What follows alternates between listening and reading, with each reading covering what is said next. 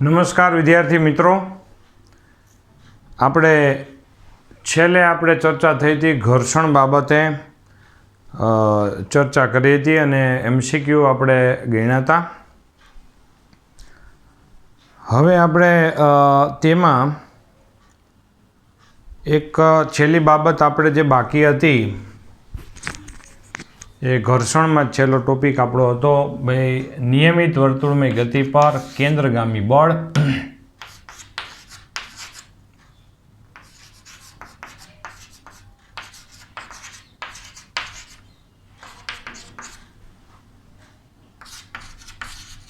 અથવા તો આને આપણે કેન્દ્રગામી બળથી પણ નિયમિત વર્તુળમય ગતિની આપણે વાત આપણે આની પહેલાં કરી નાખેલી છે. જ્યારે પદાર્થ અચળ ઝડપથી વર્તુળમય ગતિ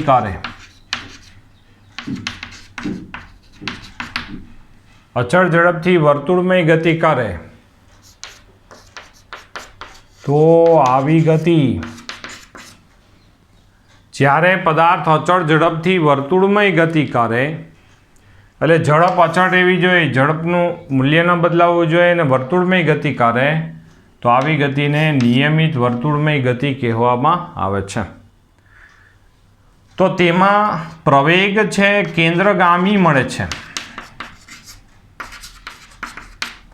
કેન્દ્રગામી પ્રવેગ AC = v²/r આપને મળે. એટલે કે આ નિયમિત વર્તુળમય ગતિ છે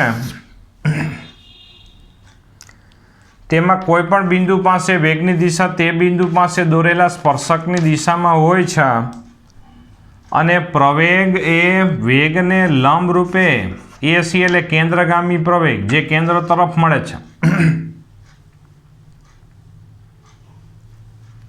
તો નવી વાત એટલી છે કે કેન્દ્રગામી બળ F = m એ એટલે કેન્દ્રગામી પ્રવેગ ગુણ્યા દળ કરી નાખો તો તેને કેન્દ્રગામી બળ FC વડે દર્શાવવામાં આવશે. C એટલે સેન્ટ્રીફ્યુગલ એટલે કે સેન્ટર તરફ, કેન્દ્ર તરફ લાગતું બળ એટલે કેન્દ્રગામી બળ અથવા તો તેને ત્રિજ્યાવર્તી બળ કહેવામાં આવશે. અહીંયા જે દિશામાં પ્રવેગ હોય એ દિશામાં બળ હોય. આવી રીતે mv²/r કેન્દ્રગામી બળનું સૂત્ર થયું એમ આપણે કહી શકાય. ફરીથી બહુ સિમ્પલ વાત છે, જે બીજી રીતે વાત કરીએ ને તોય થઈ જાય એવું છે કે જ્યારે પ્રવેગ એ વેગને લંબ રૂપે લાગે ત્યારે માત્ર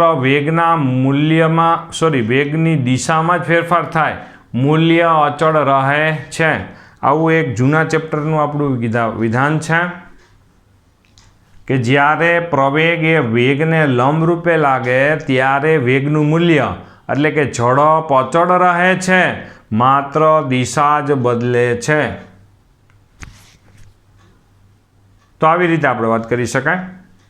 તો આમાં એટલા જ માટે સતત દિશા બદલે એટલે વર્તુળમય ગતિ થઈ જાય અને અચળ ઝડપથી વર્તુળમય ગતિ એટલે નિયમિત વર્તુળમય ગતિ જેમાં કેન્દ્રગામી બળ લાગુ પડે. ઉદાહરણ તરીકે આપણે છે એમાં ટેક્સ્ટમાં પણ લખેલી જ વસ્તુ છે કે ભાઈ ધન વીજભારિત ન્યુક્લિયસની આજુબાજુ પરિભ્રમણ કરતો ઇલેક્ટ્રોન, આ ધન વીજભારિત ન્યુક્લિયસ છે ઇલેક્ટ્રોનને આકર્ષતો હોય છે, બરાબર છે, જે કેન્દ્રગામી બળ છે. સામે ભાઈ સૂર્યની આસપાસ છે પૃથ્વી પણ નિયમિત વર્તુળમય ગતિ કરી રહી છે. સૂર્ય છે પૃથ્વી પર ગુરુત્વાકર્ષણ બળ લાગુ પાડે છે.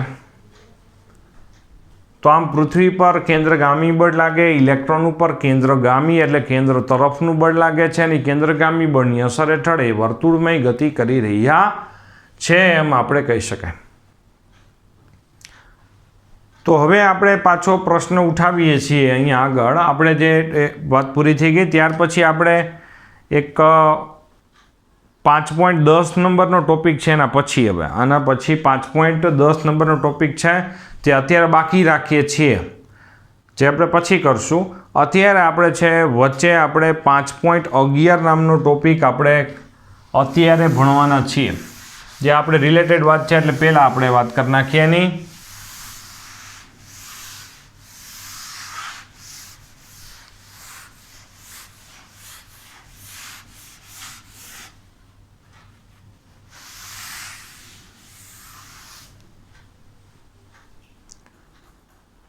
પાંચ 5.11 ઝડપીય અને અઝડપીય નિર્દેશ ફ્રેમ છે. 5.11 એટલે ઝડપીય અને અઝડપીય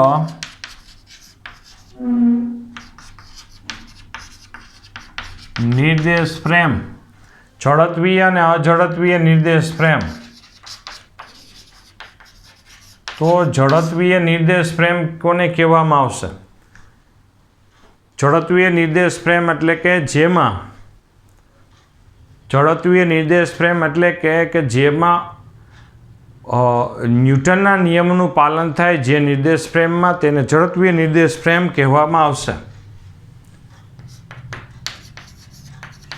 ન્યૂટનના નિયમોનું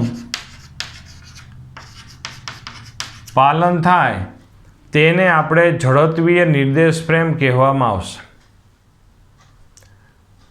ઉદાહરણ તરીકે અચળ ઝડપ અને સ્થિર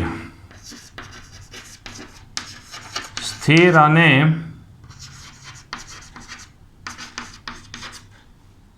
અચળ વેગી નિર્દેશ ફ્રેમ.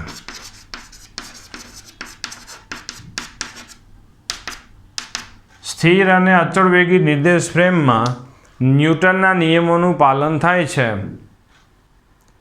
અને એટલા જ માટે તેને ઝડપીય નિર્દેશ ફ્રેમ કહેવામાં આવશે. ધારો કે અહીંયા છે આપણે અત્યારે એક સ્થિર રૂમ અત્યારે સ્થિર છે સમજો. હું અત્યારે આમ ચોક ઉડાડવાની ઘટના કરું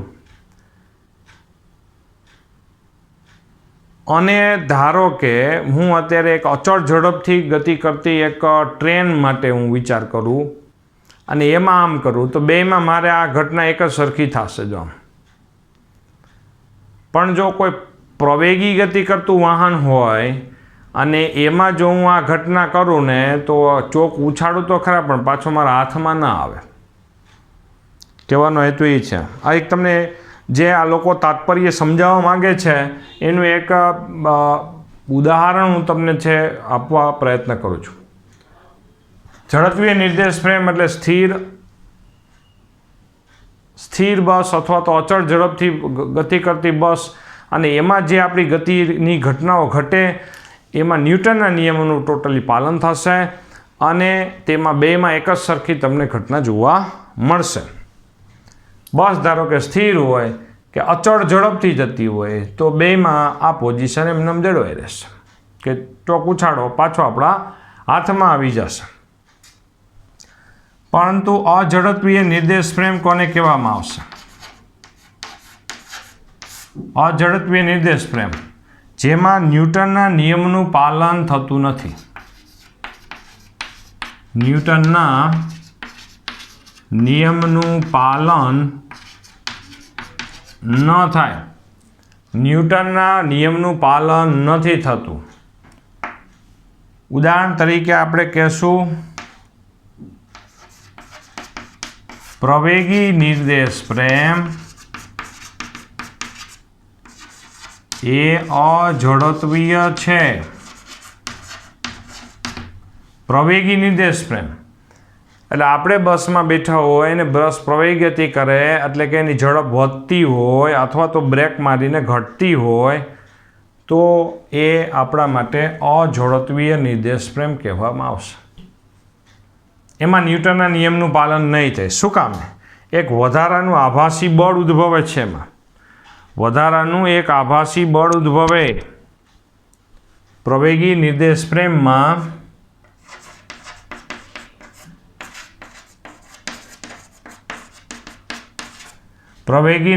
ફ્રેમમાં વધારાનું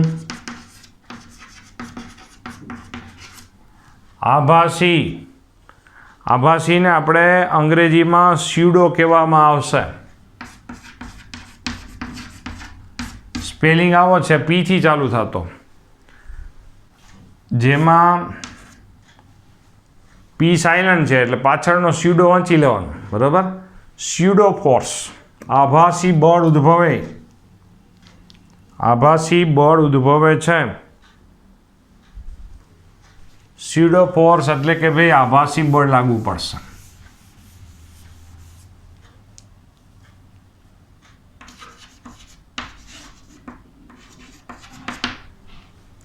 પ્રવેગી નિર્દેશ ફ્રેમમાં વધારાનું આભાસી બળ ઉદ્ભવે છે, આભાસી બળ ઉદ્ભવે છે. અને આ આભાસી બળની દિશા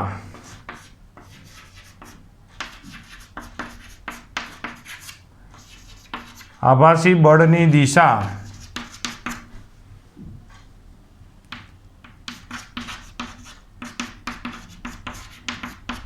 નિર્દેશ ફ્રેમના પ્રવેગની વિરુદ્ધ દિશામાં મળે. આભાસી બળ લાગુ પડશે. ધારો કે અહીંયા છે ધન વીજભારિત ન્યુક્લિયસ છે, તો બહુ સરસ મજાની વાત છે. આજુબાજુ ઇલેક્ટ્રોન પરિભ્રમણ કરી રહ્યો છે, બરોબર, સમજો. આજુબાજુ ઇલેક્ટ્રોન પરિભ્રમણ કરી રહ્યો છે. હમણાં જ વાત થઈ કે ધન વીજભારિત ન્યુક્લિયસ દ્વારા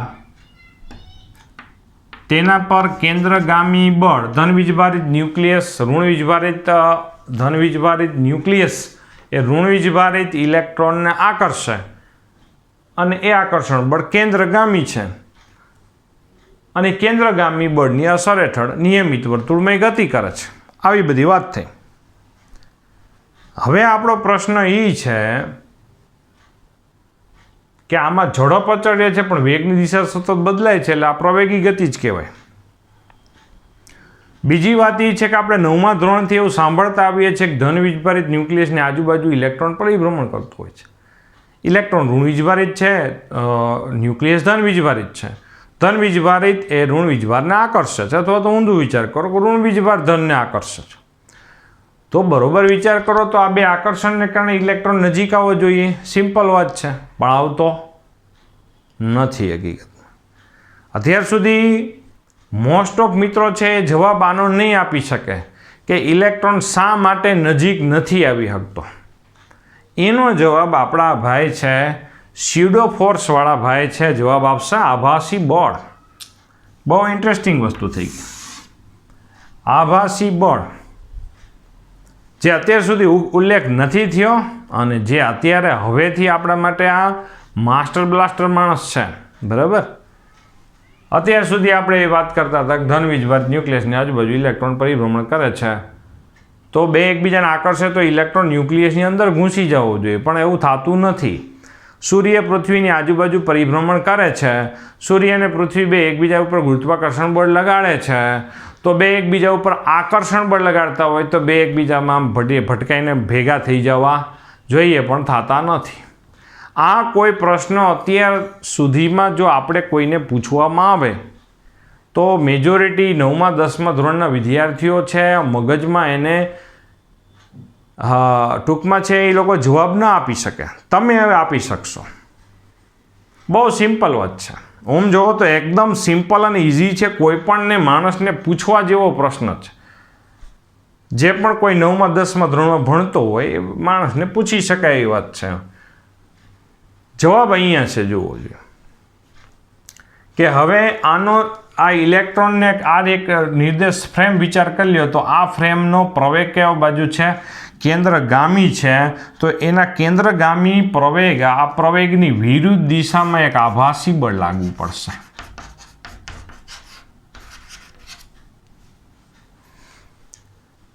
આ બે રીતે એક વાત થઈ, જોજો બરોબર. આભાસી બળ એ કેન્દ્ર ત્યાગી હોય. કેવું હોય? કેન્દ્ર ત્યાગી. આવી રીતે સિમ્પલ વાત છે. બધાય બસમાં બેઠેલા જ છો, તમે સમજો કે અત્યારે બસ આમ જઈ રહી છે, જોજો બરોબર, સાથે સાથે બધા કામે કરજો. અત્યારે બહુ કામની વાત છે અત્યારે, બરાબર છે. સાથે સાથે અત્યારે તમે જો વિડીયો જોતા હોય તો સાથે સાથે એક્ટિંગ કરજો, તો જ રિયલાઇઝ થશે અને તો જ MCQમાં આભાસી બળની દિશા નક્કી થશે, તો જ પરિણામી બળ મેળવી શકશો. નહીતર જવાબ ખોટા આવશે બધા MCQમાં. જે અત્યારે તમને રમત જેવી વાત લાગશે એ જ વસ્તુ આપણા માટે છે બહુ કામની વસ્તુ છે હકીકતમાં. બરાબર જોજો, બસ ધારો કે આમ જઈ રહી છે, બરાબર જોજો, આ બસ જ છે, સમજી લ્યો. અને આ બસ છે આમ જતી બસ આમ વળાંક લે છે, એટલે કે આમ વળાંક લે તો તમારા ઉપર જેવી આમ બસ આમ જતી હોય જેવું આમ વળાંક લે તો તમારા ઉપર એક આભાસી બળ લાગશે અને બધાય નમી જશે. કઈ બાજુ? બધાય કે આ બાજુ, બરાબર. જેવી બસ આમ વળાંક લેશે, ઘણાના બાબત હજી ક્લિયર નહીં થાય, જોજો બરાબર. જેવી બસ આમ જતી હોય ને આમ વળાંક લે તમારા ઉપર આભાસી બળ આ બાજુ લાગશે. આ બાજુ એટલે કે કેન્દ્ર ત્યાગી આભાસી બળ લાગુ પડે, કેન્દ્ર ત્યાગી આભાસી બળ લાગશે. બસ આમ જઈ રહી છે, જેવી વળાંક લે કેન્દ્ર ત્યાગી આભાસી બળ લાગુ પડશે, કેન્દ્ર ત્યાગી આભાસી બળ લાગશે. પછી એમ જ સેમ વેરાયટી, ધારો કે બસ આમ જતી હોય અને અચાનક આમ જાય તો તમારા ઉપર આભાસી બળ આમ લાગશે. રેડી? એટલે કે કેન્દ્ર ત્યાગી આભાસી બળ લાગુ પડશે. એમાં ને એમાં જો આપણે વાત કરીએ કે ભાઈ બસ છે એ પ્રવેગી ગતિ કરે, માની લો કે બસ અહીંયા સ્થિર ઊભી છે, જોજો બરોબર, બસ અહીંયા સ્થિર ઊભી છે અને અચાનક બસ આમ ઉપડે તો તમારા ઉપર એક આભાસી બળ લાગશે આમ પાછળ તરફ.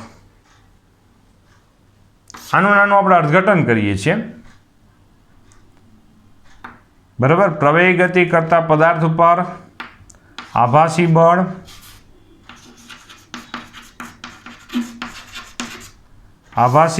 એ ગતિની વિરુદ્ધ દિશામાં બસે પ્રવેગી ગતિ કરી એટલે કે એનો મતલબ કે ઝડપ વધે, આપણી નિર્દેશ ફ્રેમની ઝડપ વધે. એમ વિચાર કર્યો ભાઈ અચાનક બસની ઝડપ વધી, જો આ ટેબલ બનાવી નાખજો નોંધ સ્વરૂપે, ઝડપ વધે મેં એમ લખ્યું છે, એટલે કે પ્રવેગી ગતિ થાય તો આભાસી બળ ગતિની વિરુદ્ધ દિશામાં. હવે એમાંય આપણે બ્રેક લાગે એવી વાત કરીએ. બ્રેક એટલે કે પ્રતિપ્રવેગી ગતિ કહેવાય, પ્રતિપ્રવેગી ગતિ. હાલો, બ્રેક લાગે, બસ આમ જઈ રહી છે, અચાનક બ્રેક લાગે, આવી રીતે થશે. બધા અમે એક્શન કરવાની, જોજો એક્શન કરાવું છું બધા એક સાથે. બસ આમ જઈ રહી છે, અચાનક બ્રેક લાગે તો તમે બધા આમ આગળ આવ્યા, એટલે કે ગતિની દિશામાં આભાસી બળ લાગશે. અને વર્તુળ નિયમિત વર્તુળમય ગતિમાં કેન્દ્ર ત્યાગી એટલે કેન્દ્રથી દૂર તરફ ધકેલતું આભાસી બળ લાગવું પડશે. આ આભાસી બળ જે કેન્દ્ર ત્યાગી બળ લાગે છે એને સમતોલતું જે આ આકર્ષણ બળ છે એ આકર્ષણ બળ જે કેન્દ્રગામી છે એ સમતોલે છે, જેના કારણે ઇલેક્ટ્રોન એની જ પથ પર પરિભ્રમણ કરી શકે. રસ્તા ઉપર ધારો કે વળાંકનો વિચાર કરો કે ભાઈ છે આ રસ્તામાંથી આપણું વાહન આમ વળાંક લેતું હોય, જેવું વળાંક લે છે ત્યારે આપણા બધા ઉપર આમ કેન્દ્ર ત્યાગી બળ લાગે છે, પણ બસ એ બાજુ નથી થઈ જતી મેજોરિટી, એવું જોવા મળે છે. શું કામે? કારણ કે બસના ટાયર અને નીચેની જે સપાટી હોય એની વચ્ચે જે ઘર્ષણ હોય છે એ ઘર્ષણ કેન્દ્રગામી પૂરું પાડી દે બળ, અને જેના કારણે એ બસ ફંગોળાતી અટકાઈ જાય છે. પછી એમાંય ખબર છે કે આપણે છે અમુક ઝડપ કરતાં વધારે ઝડપે ગતિ કરે તો પછી ફંગોળાઈ જાય છે. શું કામ એને એવું થાય છે?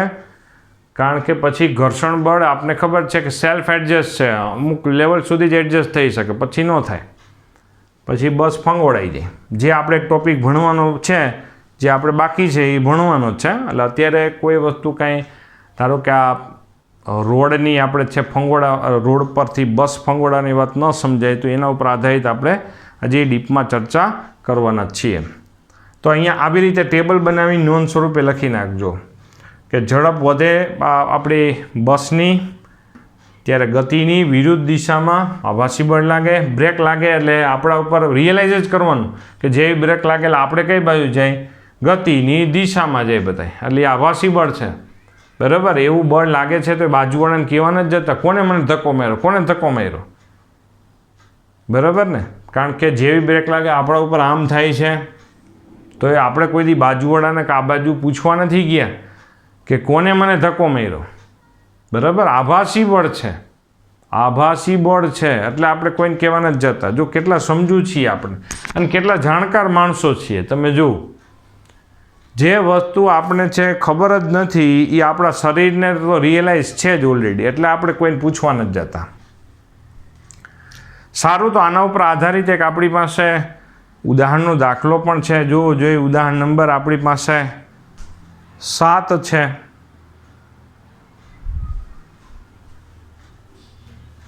આ બરાબર નોંધ સ્વરૂપે લખી નાખજો. અહીંયા છે 5.11 નંબરનો ટોપિક છે આપણા માટે. આકૃતિ પણ દોરી નાખાય જેથી તમને ખ્યાલ આવે. આભાસી કેન્દ્ર ત્યાગી બળ, આ કેન્દ્ર ગામી બળ છે.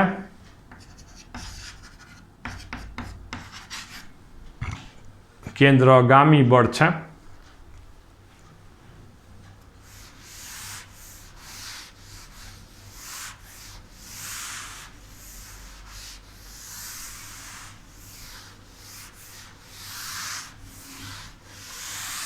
આભાસી બળને આપણે સ્યુડો ફોર્સ કહેવામાં આવે. આભાસી બળની દિશા નિર્દેશ ફ્રેમના પ્રવેગની વિરુદ્ધ દિશામાં. નિર્દેશ ફ્રેમનો પ્રવેગ કેન્દ્ર ગામી તો આભાસી બળ કેન્દ્ર ત્યાગી. બરાબર, આ આપણા માટે MCQ માટે, દાખલાઓ માટે બહુ કામની વસ્તુ છે. તો ઉદાહરણ નંબર 7માં એક ટ્રેન છે, પ્રવેગી ગતિ કરે છે. આ માની લ્યો કે ટ્રેનનો ડબ્બો છે એમ સમજી લ્યો, અને આ ટ્રેન છે એ પ્રવેગી ગતિ કરે છે.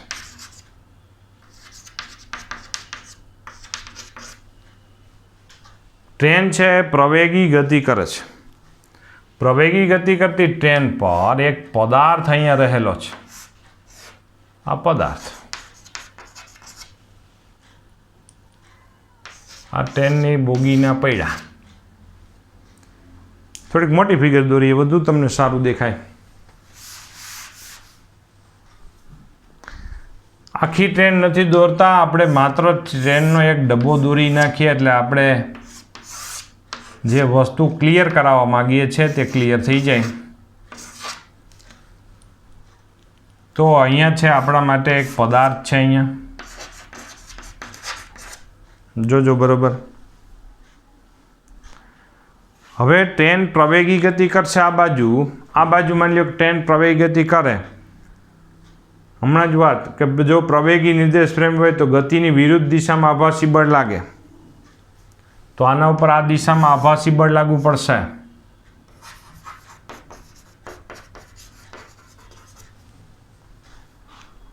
અને એ આભાસી બળ હવે ટ્રેન છે કેટલા મહત્તમ પ્રવેગથી ગતિ કરે કે જેથી આ પદાર્થ સ્થિર રહી શકે સપાટી ઉપર. તો આ સપાટી ઉપર આપણે સ્થિર ક્યારે રહી શકીએ કે આભાસી બળ લાગે આપણા ઉપર આ બાજુ, પણ આપણે સ્થિર રાખવા માટે જવાબદાર કોણ છે? ઘર્ષણ. તો ઘર્ષણ છે પાછું આ બાજુ લાગુ પડવું જોઈએ અહીંયા, અને સ્થિત ઘર્ષણ બળ. ટ્રેન પ્રવેગી ગતિ આ બાજુ કરે છે પદાર્થ ઉપર, આ બાજુ આભાસી બળ ગતિની વિરુદ્ધ દિશામાં આભાસી બળ લાગે છે, પણ પદાર્થ સ્થિર રહે એની કન્ડિશન શું થાય કે ઘર્ષણ બળ, સ્થિત ઘર્ષણ બળ એ આભાસી બળનો વિરોધ કરતી દિશામાં લાગુ પડે. તો અહીંયા છે આપણે એમ લખી શકાય કે ભાઈ સ્થિત ઘર્ષણ બળ એ આભાસી બળ નો વિરોધ કરે. જેથી પદાર્થ સ્થિર રહે. હવે આપણે વાત એમ છે કે આ પદાર્થ ટ્રેનના કયા મહત્તમ પ્રવેગ સુધી છે સ્થિર રહી શકે. આભાસી બળ એટલે કે આપણા માટે બળ બરાબર ma, અને a એટલે આપણા માટે આ જે પ્રવેગ છે એ પ્રવેગ નિર્દેશ ફ્રેમનો પ્રવેગ. આભાસી બળમાં જે પ્રવેગ છે એ નિર્દેશ ફ્રેમનો જ પ્રવેગ લેવાનો થતો હોય છે. ટૂંકમાં અહીંયા જે પ્રવેગનું મૂલ્ય હોય એ જ પ્રવેગ એમ. ઉદાહરણ તરીકે આપણે એમ કહીએ કે ભાઈ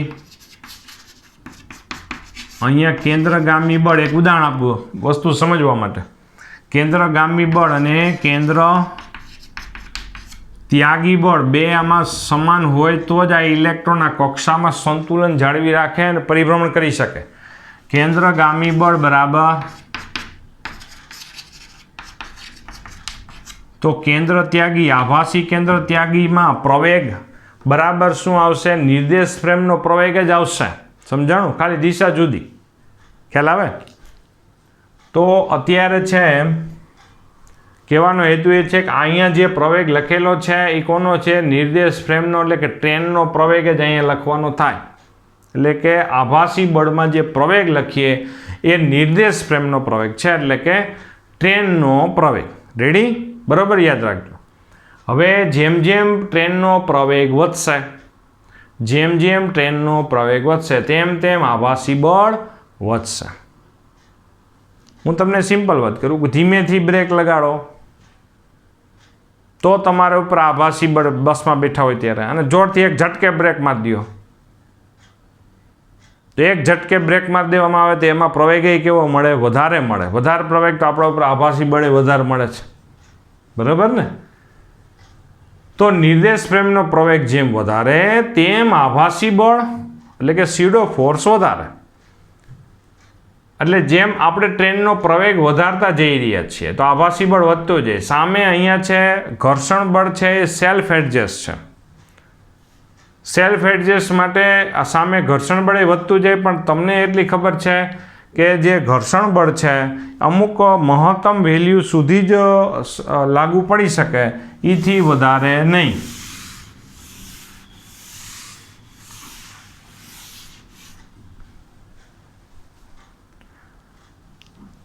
એટલે કે જ્યારે પદાર્થ ખસવાની અણી પર હોય ત્યારે મહત્તમ સિદ્ધ ઘર્ષણ બળ અને આ આપણું આભાસી બળ, અને આભાસી બળમાં જે ટ્રેનનો પ્રવેગ લખીએ એ મહત્તમ. હવે જો આનાથી વધારે પ્રવેગી ગતિ કરાવશું, માની લો કે અહીં 2 એકમ છે પ્રવેગ, ઉદાહરણ તરીકે, આપને ખબર નથી તો શોધવાનો છે, પણ હવે જો 2 એકમથી વધારે જો પ્રવેગ કરી નાખીએ તો સામે આભાસી બળ વધી જશે.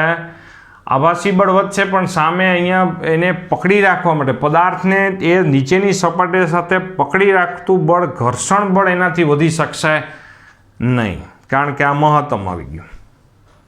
તો શું થાય પરિસ્થિતિ? માની લ્યો કે અહીંયા છે મહત્તમ આભાસી બળ માટે આપણે વિચાર કરીએ